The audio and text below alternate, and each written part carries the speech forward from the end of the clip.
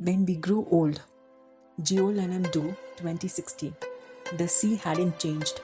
It still crashed rhythmically onto the shore, still sang lullabies into the breeze, still reached up toward the cliffs where a small white house sat, quiet, peaceful, alive with memory. Inside, time had softened everything. Wine sat in a rocking chair near the open window, a warm shawl over her shoulders. Her silver hair was tied loosely, her glasses slipping down her nose as she reread an old, weather worn letter from a notebook that once lived under Taeyang's bed. She smiled at the words, now faded. If I could sing only one song before the world ends, I would sing it for you, under cherry trees in Daegu, where our love first bloomed. A familiar creak behind her. Taeyang entered the room slowly, his walk slower now, but graceful, a quiet elegance he never lost. Even as age gently claimed his once youthful features, his hair was white, his smile still breathtaking. Still reading my poetry? He teased, holding 2 mugs of ginger tea.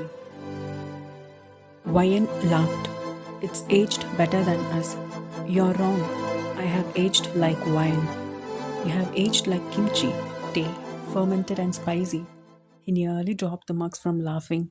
That's why you still love me? She didn't deny it. She didn't need to. Their home, their museum. Every wall in their home told a story. Photographs of concerts and family dinners, paintings staying made of her asleep in sunbeams, framed love letters in both of their handwriting.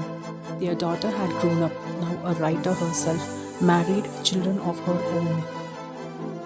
She visited often, so did their grandkids, but today it was just the two of them, just like it was in the beginning. That one final song. Taeyang turned on the old record player. A soft, soulful melody drifted through the room, one he had written for her years ago.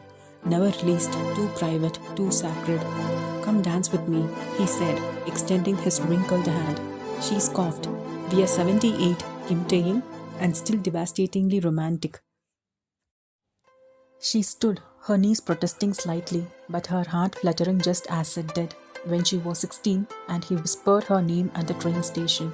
They danced, slowly, gently, as the wind moved the curtains and the sea whispered its age old lullaby. Do you regret anything? She asked, her voice barely above a breath. He rested his forehead against hers. Only that I didn't love you even earlier. On the porch with the sea. Later, they sat hand in hand on the porch, wrapped in a single blanket, watching the horizon glow orange and pink. I think, Ryan whispered, if someone asked me what my favorite part of life was, you would say, she looked at him. You. He brought her hand to his lips, kissed her knuckles one by one. Let's be stars next time, he murmured. What? In the next life, you and me, burning in the sky where no one can ever pull us apart. She smiled. We already are, Tay.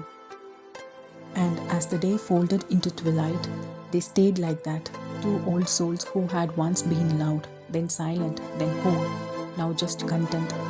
Still in love, still holding on, forever after all. The end. Thank you for following the series Threads of Us. I hope you enjoyed the series. Please do subscribe to the channel and like the video. It would be a motivation for me to post more interesting FFs. Thank you, armies. I always purple you.